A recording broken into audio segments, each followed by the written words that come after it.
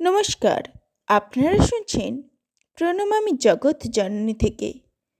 খুব অল্প বয়সেই গদাধর সংসারের বাস্তবিক রূপ দেখেছিলেন, তাই তার সাংসারিক ক্রামকোদ জন্ম না নিয়ে ত্যাগী জীবন গঠিত হচ্ছিল এবং সেই সময়েই সাধু সন্তদের সহিত মিলনের জন্য তিনি আগ্রাসী হয়ে উঠেছিলেন।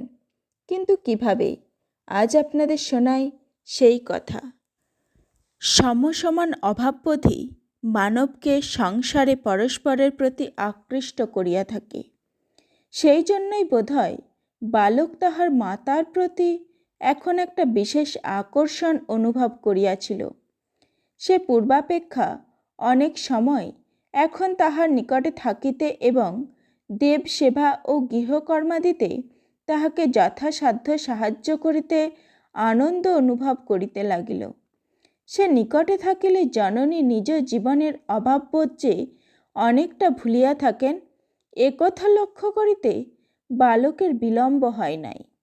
কিন্তু মাতার প্রতি বালকের আচরণ এখন কিছু ভিন্নাকার ধারণ করিয়াছিল, কারণ পিতার মৃত্যুর পর বালক কোনো বিষয় লাভের জন্য চন্দ্রাদেবীকে পূর্বের ন্যায় আবদার করিয়া কখনো ধরিত না।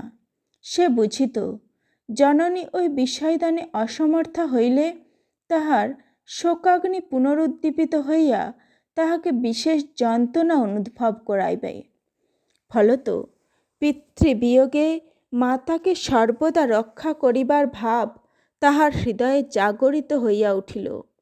গদাধর পাঠশালায় যাইয়া পূর্বের ন্যায় বিদ্যাভ্যাস করিতে থাকিল, কিন্তু পুরাণ কথা ও যাত্রাগান শ্রবণ করা এবং দেবদেবীর মূর্তি সকল গঠন করা তাহার নিকট এখন অধিকতর প্রিয় হইয়া উঠিল। পিতার অভাববোধ ওই সকল বিষয়ের আনুকূল্যে অনেকাংশে বিস্মৃত হইতে পারা যায় দেখিয়াই বোধহয় সে উহাদিগকে এখন বিশেষ রূপে অবলম্বন করিয়াছিল। বালকের অসাধারণ স্বভাব তাহাকে এই কালে অন্য এক অভিনব বিষয়ে প্রবৃত্ত করিয়াছিল। গ্রামের অগ্নিকোণে পুরী যাইবার পথের ওপর জমিদার লাহাবাবুরা যাত্রীদের সুবিধার জন্য একটি প্রান্তনিবাস প্রতিষ্ঠা করিয়াছিলেন। জগন্নাথ দর্শনে যাইবার ও তথা হইতে আসিবার কালে সাধু বৈরাগীরা অনেক সময় উহাতে আশ্রয় গ্রহণপূর্বক গ্রামে প্রবেশ করিয়া ভিক্ষা সংগ্রহ করিতেন।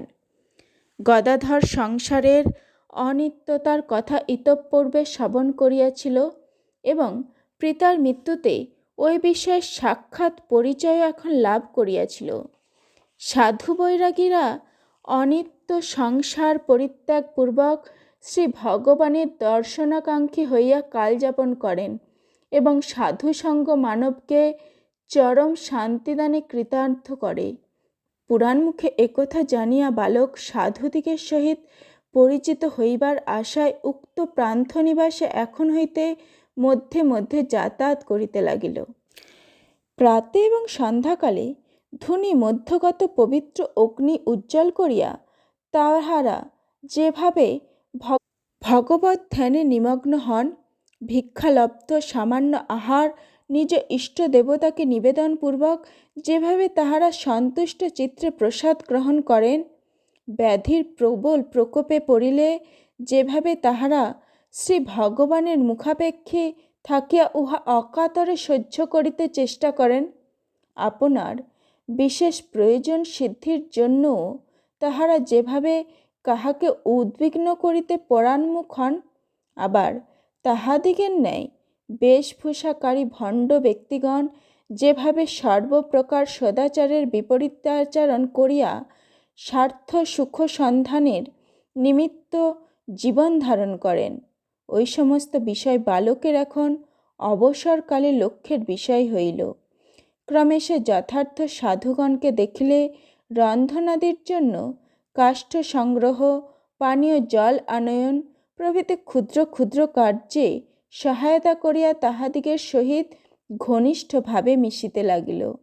তাহারাও প্রিয় দর্শন বালকের মধুর আচরণে পরিতৃপ্ত হইয়া তাহাকে ভগবৎজন শিখাইতে, নানাভাবে সদুপদেশ প্রদান করিতে এবং প্রসাদী ভিক্ষান্নের কিয়দংশ তাহাকে দিয়া তাহার সহিত মিলিত হইয়া ভোজন করিয়া আনন্দ অনুভব করিতে লাগিল।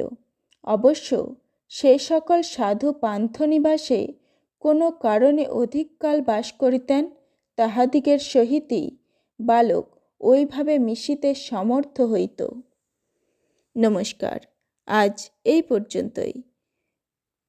লাইক, কমেন্ট, শেয়ার ও সাবস্ক্রাইব করে প্রণমামী জগৎজননীর সাথে থাকার জন্য আপনাদের অসংখ্য ধন্যবাদ।